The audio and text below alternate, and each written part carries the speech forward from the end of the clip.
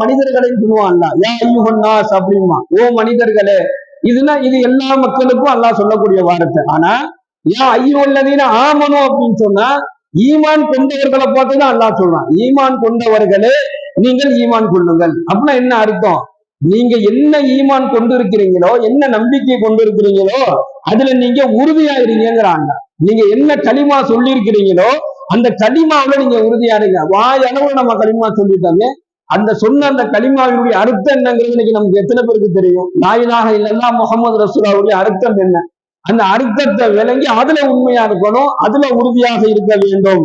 இதைத்தான் அல்லாஹ் ஒவ்வொரு மனிதரிடத்திலையும் விரும்புறான். நீங்க அல்லாஹ்வை ஈமான் கொள்ளுங்க, அல்லாஹ்வுடைய தூதரை ஈமான் கொள்ளுங்கள். ஏன் அல்லாஹ் ஈமான் கொண்டவர்களை பார்த்து ஈமான் கொள்ளுங்கிறானா, நீங்க எந்த அளவுக்கு அல்லாஹின் மீது நம்பிக்கையை அதிகப்படுத்திக்கிட்டே போறீங்களோ அந்த அளவுக்கு உங்களுடைய செயல்பாடுகளை அல்லாஹ் என்ன செஞ்சிருவான்? சுத்தப்படுத்திடுவான். உங்களுடைய